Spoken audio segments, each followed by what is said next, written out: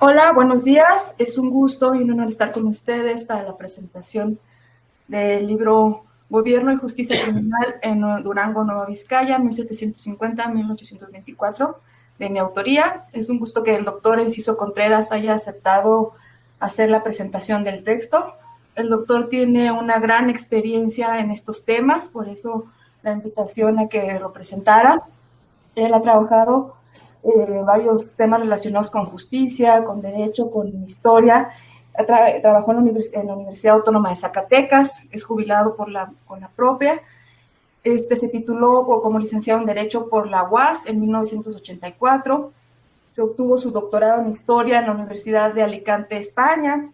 Tiene un diplomado en Paleografía Hispánica Medieval y Moderna por la Fundación Sánchez Albornoz de Ávila, así también en España. Ha sido cronista de Zacatecas de 1996 a 2002 y fue director fundador de la maestría doctorado en Historia de la UAS, etcétera, entre otros muchos cargos que ha tenido. Bueno, es profesor jubilado, como ahorita lo mencioné, de esta casa de estudios, y actualmente pues está dentro del Tribunal Superior de Justicia dentro del área de historia, desarrollando varios proyectos. Es miembro del Sistema Nacional de Investigadores desde 1994, es autor de varios libros y artículos, y tiene entre sus publicaciones principales el libro de Zacatecas en el siglo XVI, Derecho y Sociedad Colonial, publicado en el año 2000, es su libro principal, ese fue su tesis de doctorado. Además de eso, tiene otros textos como Procesos Criminales Ejemplares de Zacatecas Colonial en 2004, un texto donde son los procesos, un trabajo paleográfico, y aparte hizo una introducción al mismo. Además tiene el catálogo de causas criminales del periodo colonial publicado en 2002, y es un trabajo que hizo con otros. Y otro texto que sacó actualmente, de un reciente, es un texto del gobernador Vizcarra. Se llama Varias consultas hechas por el señor Francisco de Barrutia en tiempos del gobernador, y lo publicó en el año de 2020, doctor. No, ¿en qué año? 19. Ah, Sí, sí. 2019. Sí, ese es el más actual, ¿verdad, doctor? Creo que es el último que ha publicado. ¿O tiene? Sí, pues, sí, este fue publicado por la UNAM, ¿verdad? Por la UNAM, lo pueden encontrar ahí. Pues bueno, esto es una breve reseña del doctor, tiene muchísimo más publicaciones, pero esas son algunas de las que conozco, de las que les puedo comentar ahorita aquí a grandes rasgos. Ahorita lo dejo con ustedes para que les haga una breve presentación del texto que vamos a presentar en esta ocasión. Y pues adelante, doctor. Un gusto tenerlo con nosotros y les hago el micrófono. Gracias. Muchas gracias, Tania, y agradezco esta generosa invitación para presentar no propiamente tu ópera prima, sino tu obra principal en tu trayectoria. Antes que nada, este libro, habrá que mencionar su título. El título prácticamente lo dice todo, está muy bien elegido, se llama Gobierno y Justicia Criminal en Durango, en Nueva Vizcaya, 1750-1724. Perdón, 1824. Es decir, es un periodo de 74 años de realidad jurídico-penal en Durango que creo que no había sido estudiada, no creo, estoy convencido, no había sido estudiado, y menos desde los enfoques modernos, contemporáneos, que la doctora Regosa está aplicando. Vale la pena decir que este libro podemos ubicarlo en el contexto de una disciplina que, pues lamentablemente, en la actualidad tiene pocos investigadores que la cultivan, y es la historia del derecho. Por una gran tradición, esta disciplina en la historia de las ciencias sociales, recientemente hemos visto cómo son menos las obras que abordan esta temática, y menos aún las que lo hacen desde un punto de vista de la historia social. Y creo que podemos ubicar el trabajo de Tania en este contexto, es decir, en la historia social del derecho. Otro aspecto que vale la pena resaltar es la región a la que enfoca su atención la investigadora. Es una región que recientemente hasta recientemente ha sido objeto de, su historiografía ha sido objeto de una revisión, de ampliar el conocimiento nuevo que sobre ella tenemos, y por eso es una característica que debe agradecerse adicionalmente al trabajo de la doctora Reynosa. Por lo demás, me parece un trabajo sumamente completo y absolutamente recomendable. Para empezar, el libro incluye una amplia revisión bibliográfica en la materia para delimitar lo que se conoce como estado del arte, estado de la cuestión. Es decir, este libro es valioso no solo porque nos permite asomarnos a la realidad criminal de Durango, en la Nueva Vizcaya, sino también porque cómodamente permite asomarnos al conjunto de obras que de una manera u otra nos ayudan a explicarnos la realidad de la Nueva Vizcaya y de Durango en lo personal durante el periodo colonial, incluso un poco antes. Es una preocupación de Tania permanente, sobre todo en las primeras partes del libro, el asomarse a la conformación de lo que llamamos Nueva Vizcaya. Se trata de una gobernación y trata de ubicarla con precisión, pero en el sentido de que la gobernación es un concepto de carácter jurídico y político y recurre a los antecedentes alto y bajo medievales que se dieron en España para la creación de este tipo de jurisdicciones. La jurisdicción en sí misma es otro concepto que preocupa a la autora. Debemos entender como jurisdicción, pues, el espacio, el tiempo, en donde se puede, como lo indica su raíz latina, decir el derecho. Jurisdicción viene de las palabras latinas jurisdictio, es decir, donde se puede decir y aplicar el derecho. Y siento yo que como se trata de un tiempo ya pretérito, es decir, estamos hablando de lo que se llama antiguo régimen, debemos entender por esto una sociedad que funcionaba de manera diferente a la nuestra. Antiguo régimen, es decir, instituciones, valores, estructura de clases diferentes a la modernidad. Es una de las preocupaciones de Tania, y por eso mismo esa tendencia a clarificar el asunto de las jurisdicciones. Como es una sociedad de antiguo régimen, funciona diferente y también las jurisdicciones lo hacen, funcionan de manera distinta.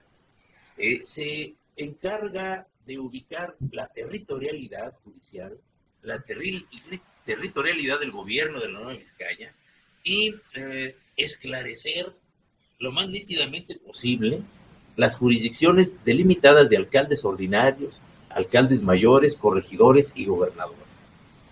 Estos cuatro jueces, por decirlo de alguna manera, se incorporan en un sistema jerárquico.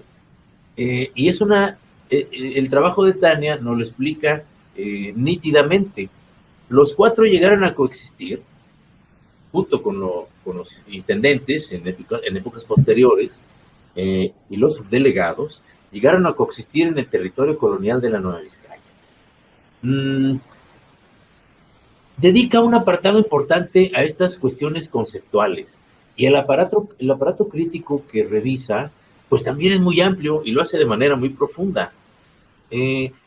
Podemos calificar esta primera parte del libro como formal.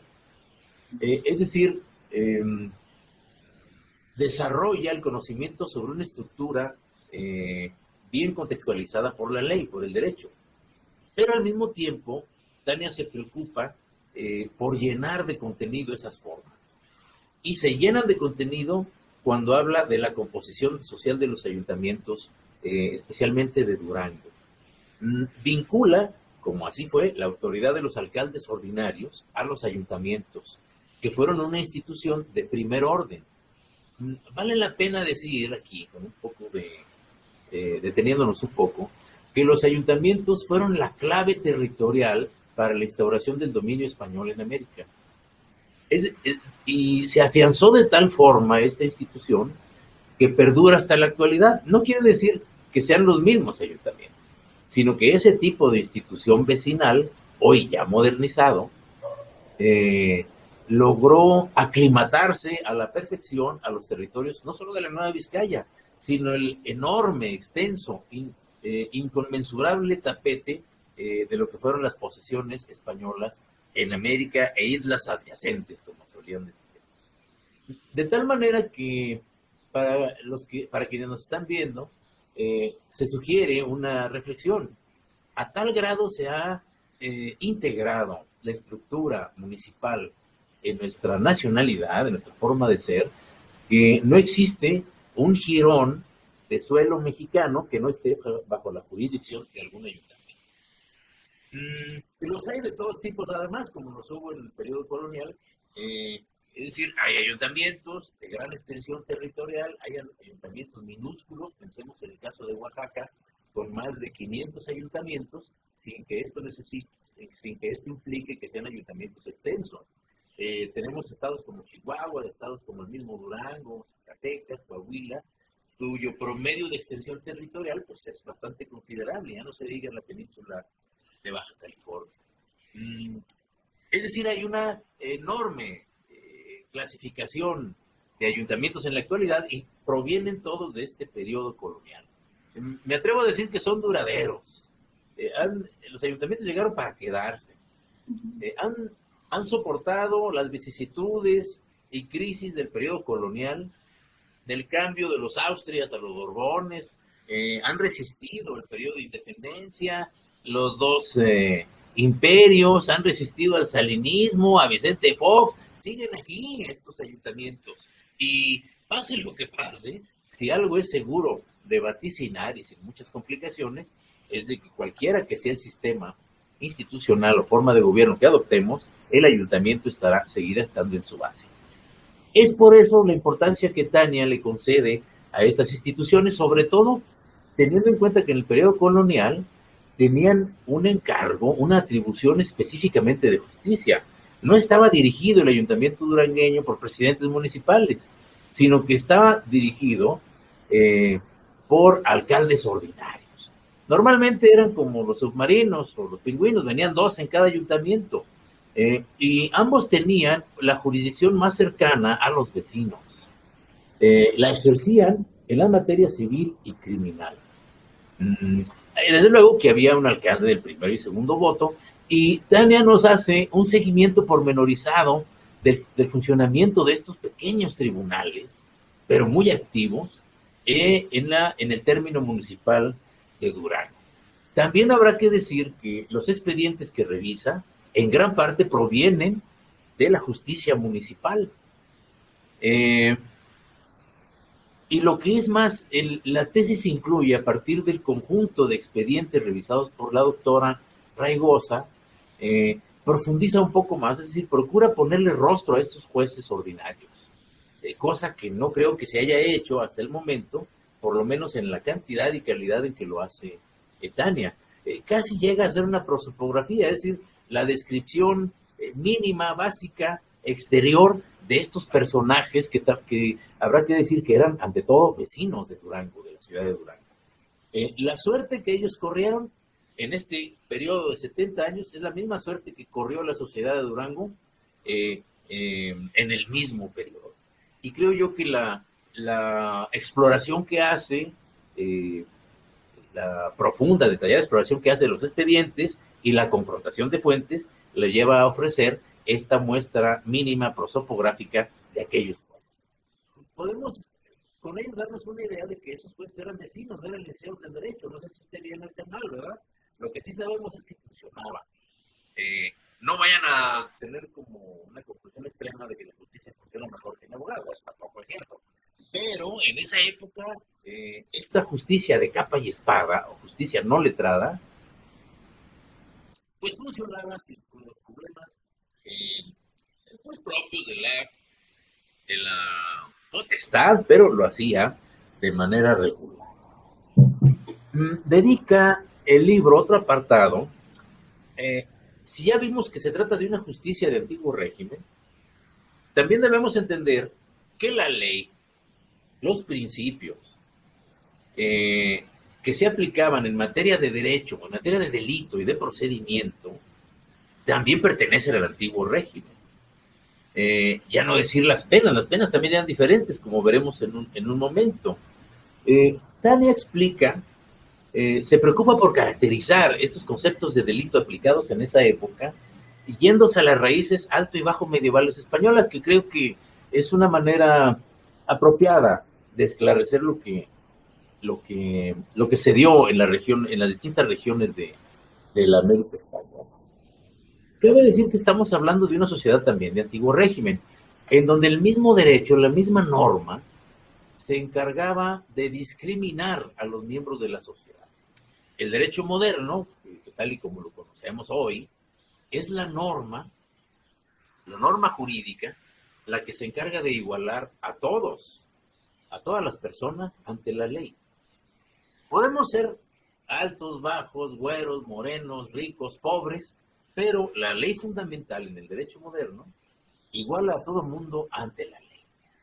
Es una manera, diría el marxismo, la manera más perfecta de desigualdad, pero la modernidad burguesa logra hacerlo, en contraste con el periodo que se pone a estudiar Tania, en donde la misma ley establece estamentos, establece divisiones de clase, de los cuales es muy difícil trascender. Tienen que ver con elementos desde el punto de vista racial, desde el punto de vista económico, desde el punto de vista profesional, y de ahí encontraremos una gran maraña de tribunales especiales con fueros. Los universitarios tenían su propio fuero, había una justicia para indios, una justicia para la mesta novohispana, una justicia inquisitorial, y es el derecho el que se encargaba de aplicar este tipo de discriminaciones en una sociedad absolutamente jerarquizada, como era la sociedad del antiguo régimen. Y a esto dedica Tania su atención, porque una sociedad antigua como esta, o premoderna, por no confundirla con sociedades más antiguas, sociedades más viejas, esta sociedad premoderna funcionaba de esta manera, con base en el privilegio. Hay algunos autores que no sugieren llamarle al derecho del antiguo régimen derecho, sino privilegio, sencillamente porque existían, cada uno de los grupos sociales tenía privilegios o una serie de derechos, incluso oponibles al resto de los estamentos sociales, en un esquema jerarquizado y discriminatorio. El concepto de delito entonces, en esa época, pues era diferente, como lo establece el libro. No podemos dedicar mucho tiempo en esta presentación, pero se trata de un concepto diferente, en donde tiene un alto contenido religioso, y la separación de lo religioso y lo estrictamente secular, pues encuentra problemas. Es decir, hay periodos y formas de aplicación de justicia, incluso regionales, en donde es difícil encontrar la línea que divide o que separa al delito del pecado. Y las jurisdicciones eclesiásticas también ejercían cierto tipo de justicia, valga la expresión, y creo que es valioso este apartado que dedica Tania en el libro que hoy tengo el honor de presentar. Sin duda el apartado más valioso, los apartados más valiosos son los últimos, no porque los demás no lo sean, lo son desde luego para poder entenderlo, pero lo que quiero decir es que los últimos apartados es cuando Tania entra a la realidad social durangueña y se pone a medirla. Un viejo profesor mío de sociología jurídica, que no les digo quién es, pues se enoja, Agustín Aguilera Estrada, solía decir a sus mozalbetes alumnos de metodología del derecho que un trabajo de investigación que tuviera números y tuviera estadísticas ya valía la pena por sí mismo. Aunque estuviera bien o mal, pero sobre todo si está bien hecha la estadística, el análisis aritmético, matemático de la realidad social, como en este caso. Porque si está mal hecha, por los trabajos que comentaba Agustín Aguilera, dice, bueno, pues ya nos habla de que están ustedes, nosotros mozalbetes estudiantes, están preocupados por entender la realidad, por medirla, cuantificarla, mensurarla, y no solamente hablar de conceptos abstractos, sino de vida real de las sociedades o de las personas. Por eso digo que esto es lo más interesante, el conocimiento más chispeante acerca de la realidad colonial de Durango y en parte de la Nueva Vizcaya desde el punto de vista de la justicia criminal. Por ejemplo, me llevo una agradable una sorpresa, no es agradable ni desagradable, el saber el número de casos de expedientes revisados por la autora que efectivamente fueron sentenciados. Es es un porcentaje de 60%, lo cual creo yo que conociendo el comportamiento judicial en otras regiones de México o de Sudamérica que me ha tocado estudiar, es un porcentaje muy alto de sentencias. Es decir, la mayor parte, en muchos archivos y en muchas regiones, la mayor parte de los expedientes no están culminados con una sentencia.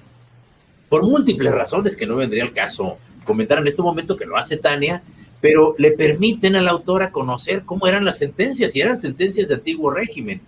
Como el Estado de Derecho es producto de la modernidad jurídica y política, bueno, pues el sistema premoderno al que nos estamos refiriendo, pues no tenía obligación de fundamentar sus sentencias. Actualmente la fundamentación judicial es un apartado sine qua non de las decisiones judiciales, como todos sabemos.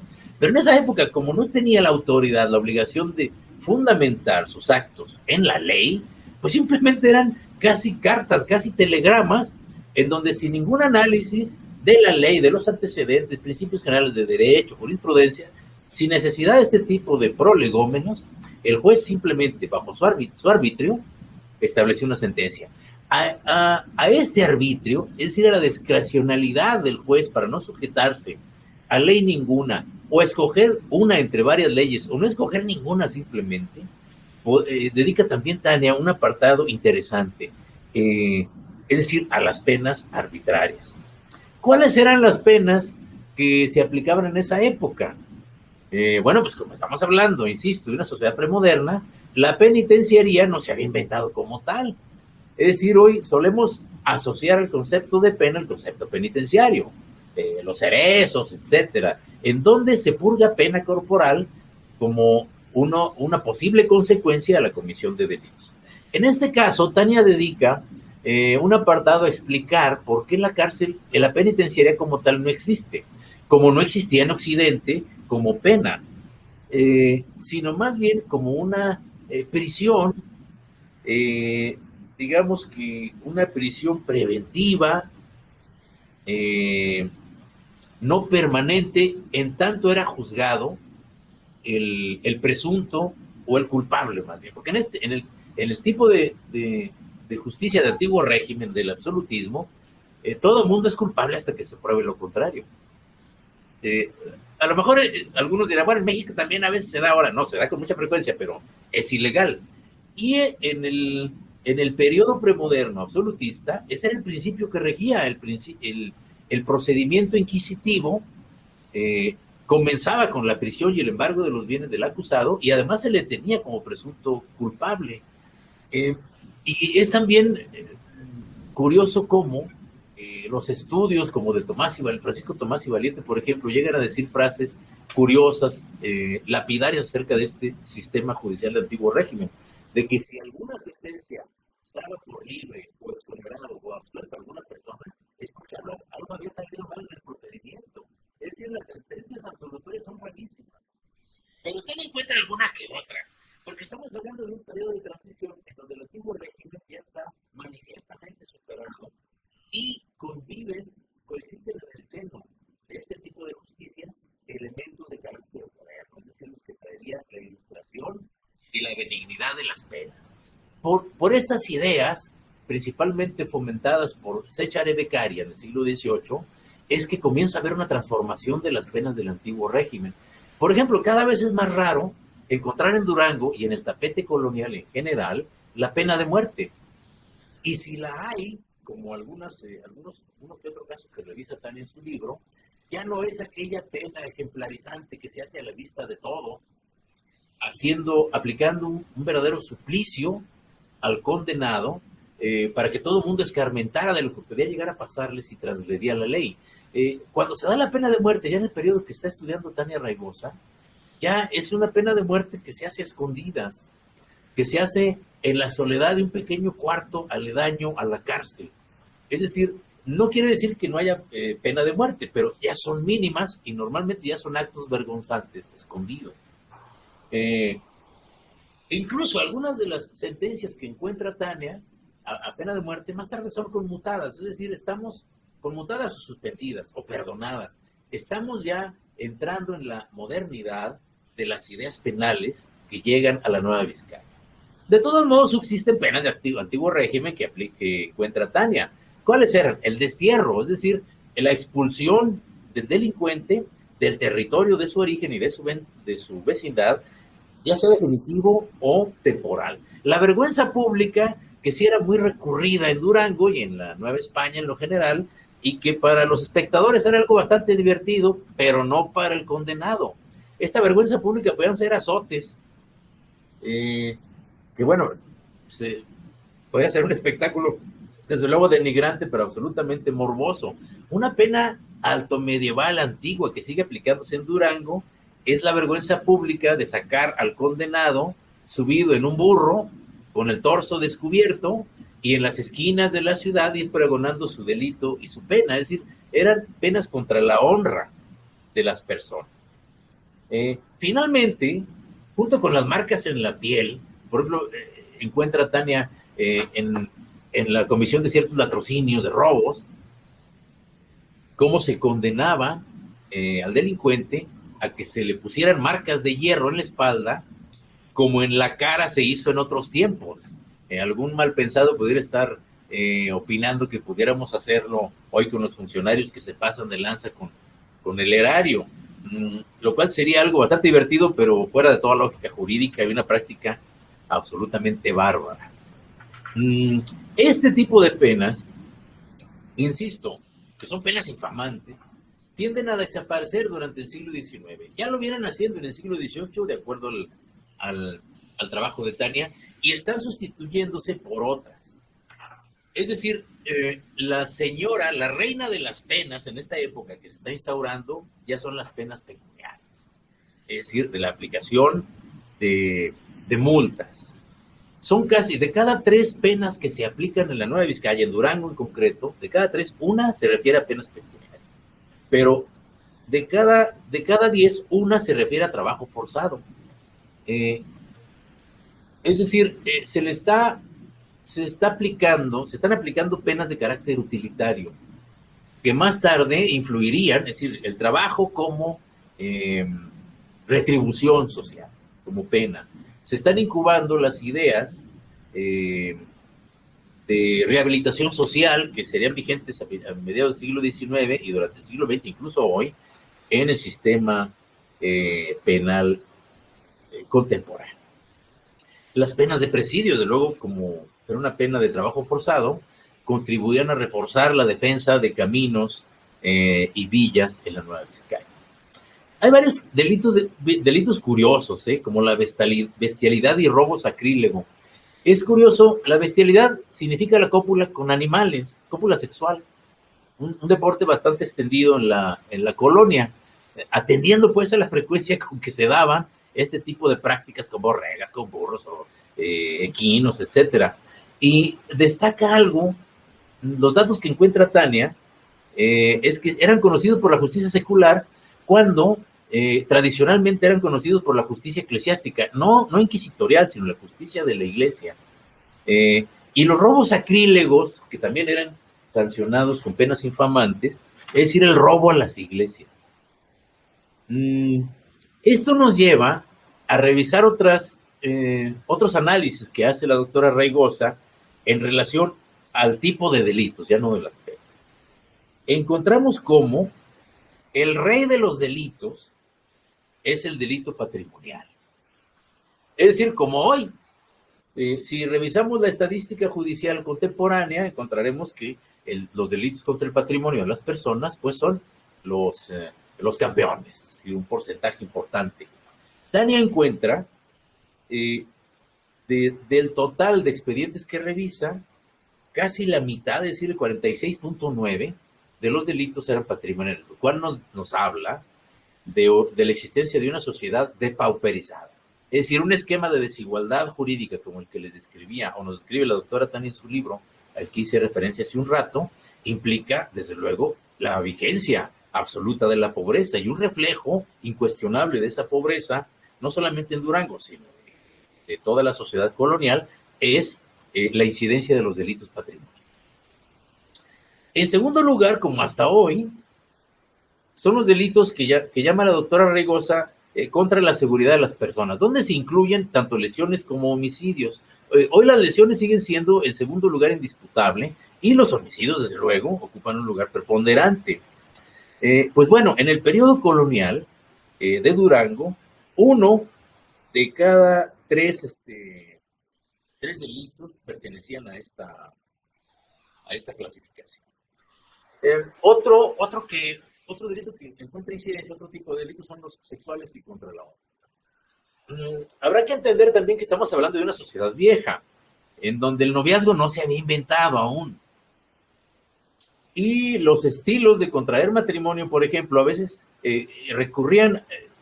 trataban de superar la gran represión sexual existente a través no de la elección libre de la pareja para el matrimonio, sino de la elección unilateral. Por ejemplo, me refiero a los delitos como el rapto y el estupro, que era el estilo de casarse en la época, ¿verdad? Donde el hombre normalmente elegía a quien le gustaba, la raptaba, la violaba, y era la puerta del matrimonio en muchos casos, la pena del delito era suspendida, pues con otra pena que era el matrimonio, ¿no? Probablemente más severa.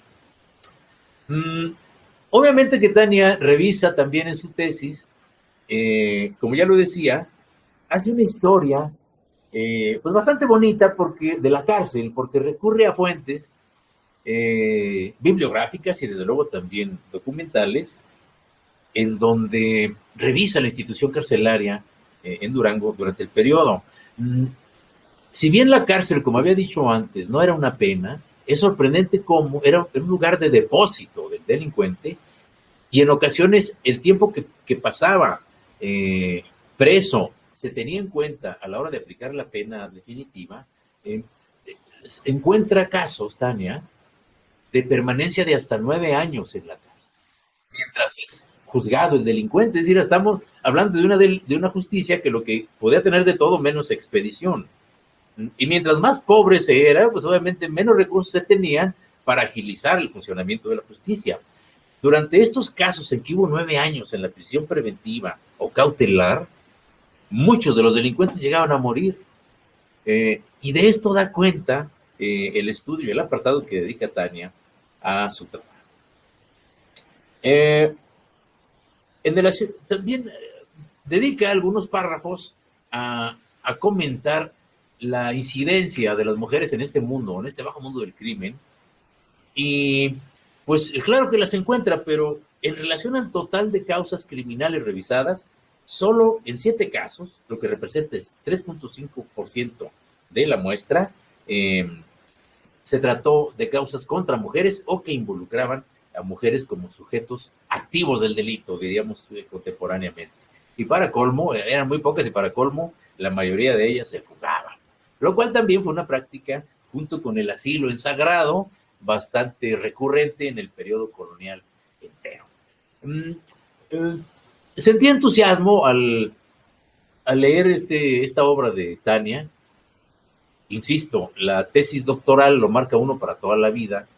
Hay una relación amor-odio con ella, y yo creo que Tania ha disfrutado esta actividad que finalmente con ella obtuvo su grado doctoral en la siempre bien apreciada y muy querida Universidad de Sevilla. Pues bien, no me queda más que felicitar a los editores, al Instituto de Cultura de Durango y desde luego a la Universidad Juárez del Estado de Durango, la publicación acertada, oportuna, pertinente de este trabajo de nuestra amiga Tania Raigosa, a la cual felicitamos calurosamente por ese hecho. Muchas gracias.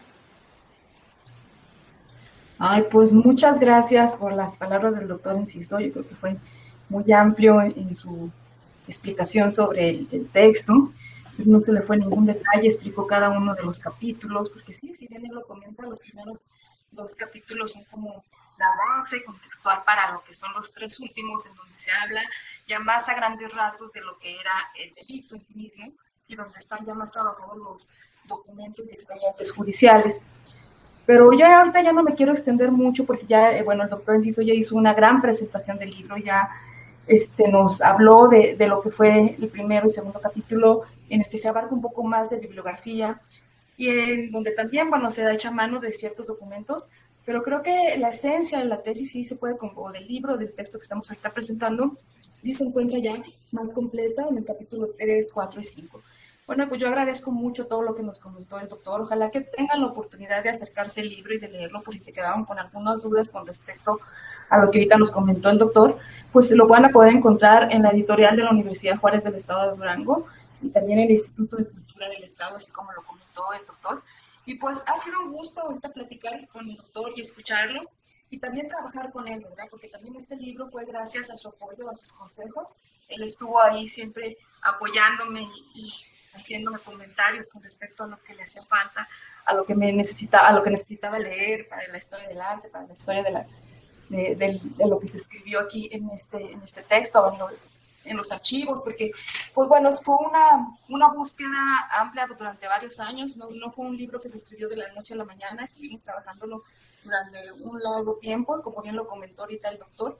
La tesis de doctorado lo marca uno y los expedientes revisados pues fueron de 1755 a 1822 y todos ellos localizados en el Archivo Histórico del Estado de Durango, pero también se revisaron algunos otros documentos del Archivo General de Indias y algunos otros documentos del Archivo General de la Nación. Entonces, bueno, pues todos estos integran o forman parte del libro que estamos presentando en este día. Y pues no tenemos que decir el inciso, la presentación tan amplia que nos hizo del documento, la presentación tan interesante que nos expuso. Yo creo que ahorita no me quedan más palabras que agradecerle por todo lo que me ha apoyado, no solamente en esta publicación, sino en otras publicaciones que hemos tenido anteriormente de algunos artículos, y con sus clases y sus enseñanzas, ¿verdad? Yo quedo más que agradecida a la Universidad Juárez del Estado de Durango, al Instituto de Cultura, y al doctor Enciso y a todos los demás que hicieron posible este trabajo, a la doctora Lupita Rodríguez, quien es ahorita la encargada de la editorial, a la maestra Socorro Soto Alamís, que es la directora del Instituto de Cultura, y bueno, pues no queda ahorita ya nada más por decir, creo que podemos terminar ahorita con la presentación, y si hay alguna pregunta, si se quieren contactar con nosotros, pueden hacer algún comentario o enviarnos algún correo electrónico y con gusto contestaremos.